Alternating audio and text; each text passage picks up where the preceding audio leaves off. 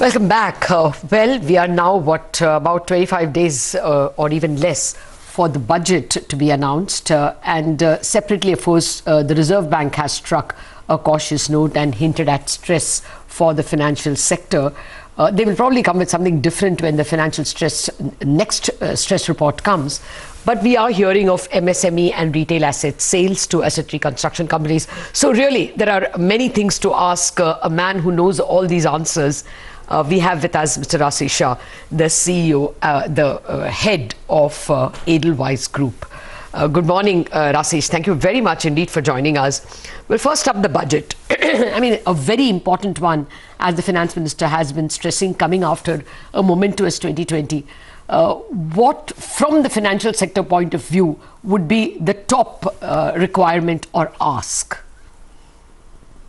I think the most important one is the stimulus, I would say, because I think it's an important budget. But, given what has happened with COVID last year, people are not going to really worry about whether the fiscal deficit for this year, FY21, is, 8 or 9 or 10, because I think that most of that is expected to be, fairly high because of COVID. So I think COVID will allow a lot of the past to be, accepted by the markets very easily, by the investors very easily.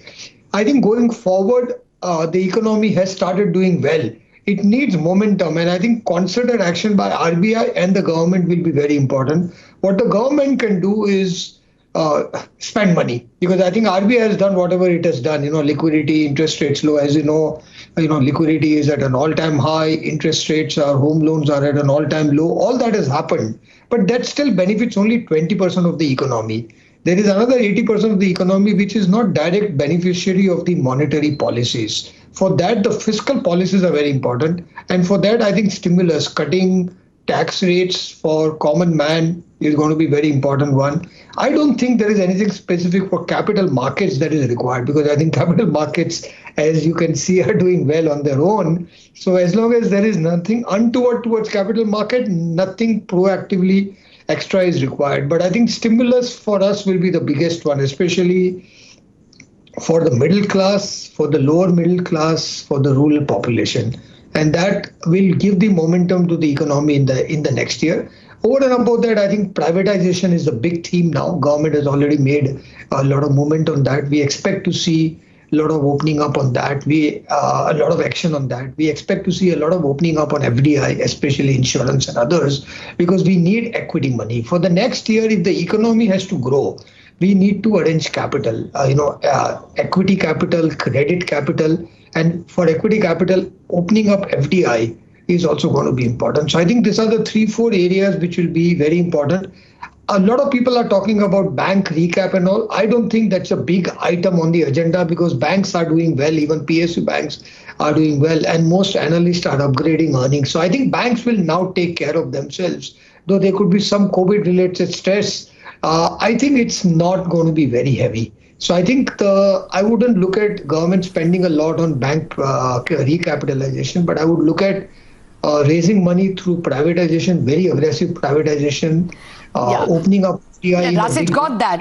That part we got. I mean, those they've already announced, divestment and PLI. I was only wanting to know if there's anything way out. You said, okay, more FDI to be allowed in insurance. That, according to you, would be the big ask. Well, let me come to the... If you see, in banking, you are allowing up to 75%. So why insurance should be kept at 51? So insurance should also go up to 75. And insurance needs capital. And if you look at the long-term needs of the economy, the banking sector cannot provide long-term credit. The insurance sector can. So if the insurance sector can grow faster, then we can get a lot of India savings channelized through the insurance sector into long-term, infrastructure and other projects. So for that, insurance needs to grow faster. So I think rather than being... Yeah, got that, Rasesh. I'm trying to rush you because we have lots of questions for you. I got your point on insurance, though I'm not very sure if any of them are still strapped for capital in the insurance sector. But let me come to you yourself. What is Edelweiss's capital position? You all just raised NCDs.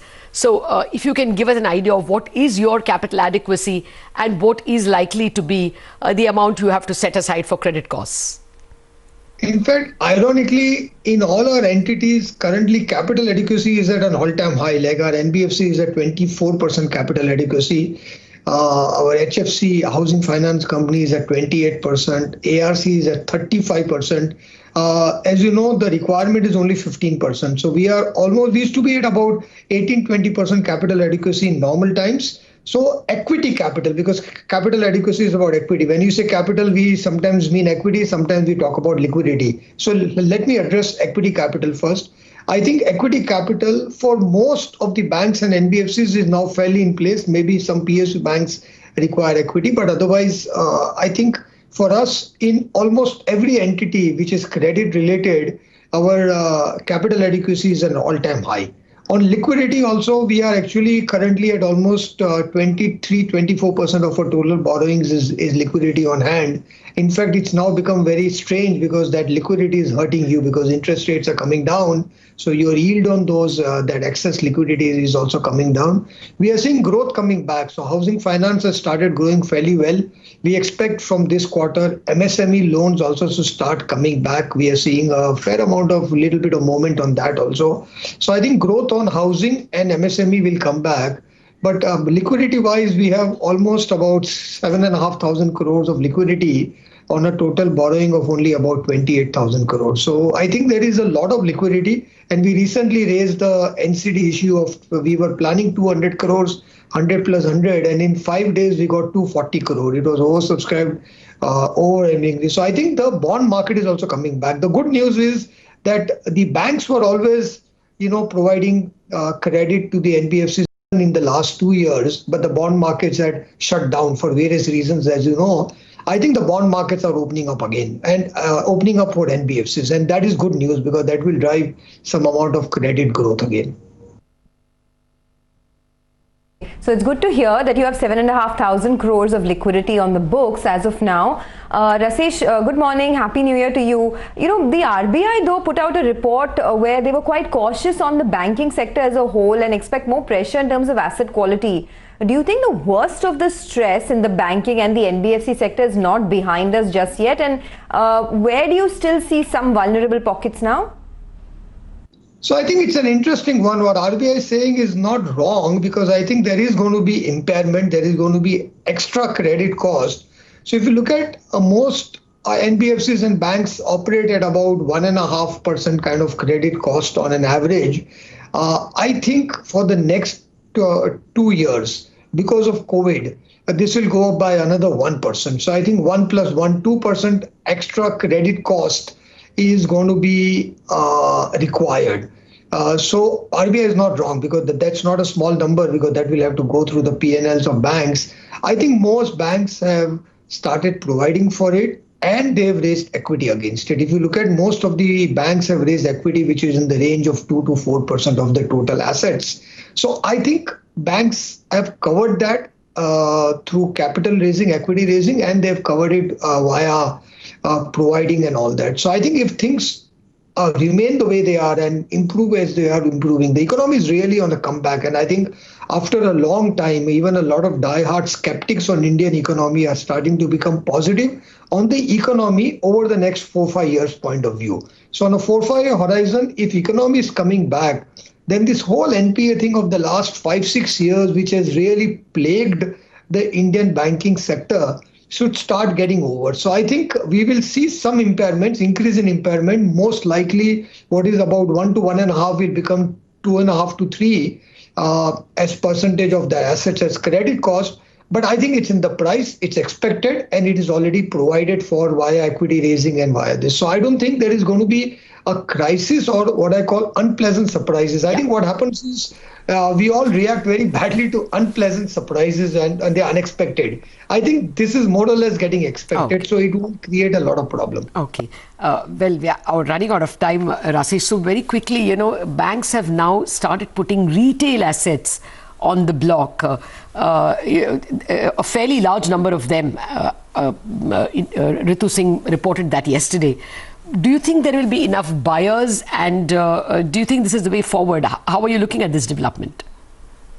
Absolutely. I think if you look at the ARC industry, I think 2014 onwards, the ARC industry grew by buying assets, wholesale assets from the banks, because that was a need of the hour.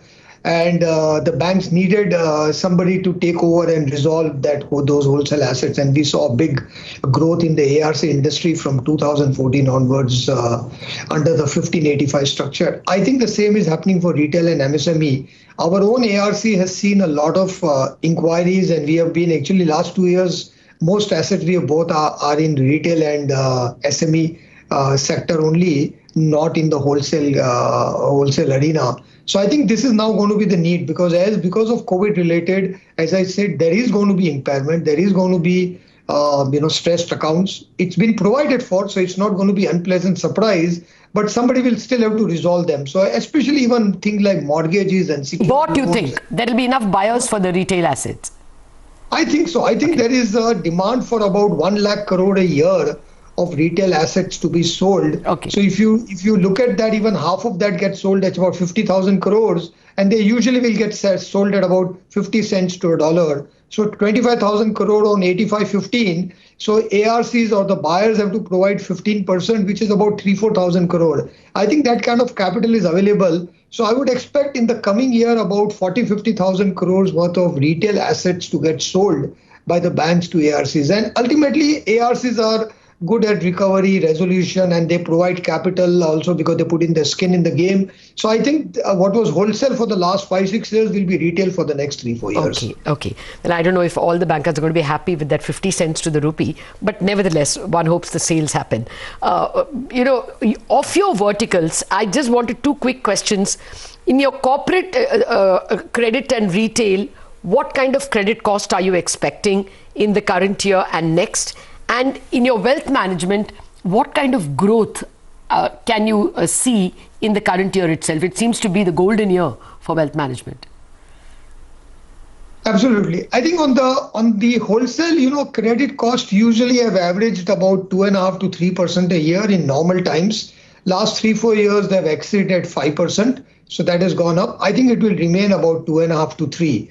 But most of the excess provisioning or most of the extra impairment that has to be taken has been taken. As you know, about 2 quarters ago, we took a big impairment and tried to accelerate the provisioning, try to accelerate the impairment. And the good news about NBFCs is because we don't operate in NPA anymore, NPA structure anymore. We operate on impairment structure under the new Ind AS guidelines. So the mark to market is a lot faster. So the loans which are stressed get marked down a lot faster in the new Ind AS rather than under the NPA structure. So I think that is the good news. In the last 2 years, a lot of impairment has been taken. Going forward, I would expect corporate to still have about 2 to 3% credit cost. I think retail should be between about 1 to 1.5. Of course, unsecured will be higher, home loans will be lower. But if you take the average of that, I think that is what we should expect going forward, and that is now in the price.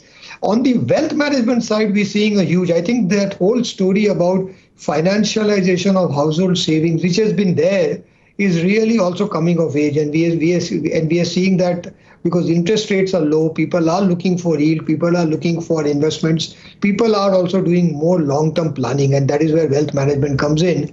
So amongst the household financial assets, only 10% is advised by the wealth managers. Currently, 90% of the household financial assets are not advised by anybody. So household financial assets are growing at 13-14% a year, but even the 10% which are advised should go to 20% as our economy develops and there are sophisticated products. And we are, Lata, one of the most interesting things that is happening is earlier wealth management was all about equity. But now we have started seeing credit products like as InvITs and REITs and all this have started coming about. A lot of the investors, high net worth investors also want yield products. They want, but not the bank yield of 3, 4, 5%. They want 10% kind of yield. And that is going to be one of the big developments of the wealth management industry. All right. We'll have to leave it at that. Out of time. Rasesh, thank you very much for joining us. Have a great 2021. Thank you. Happy New Year to all of you. Bye. Thank you. Okay, we'll just run the Edelweiss financials past you. The consolidated total income will come, followed by the consolidated profit after tax. Okay, of course, 21 will be a difficult year. We'll take a break on that note, but up next, a lot of positives for the defense sector. We're going to take stock of the outlook for 2021.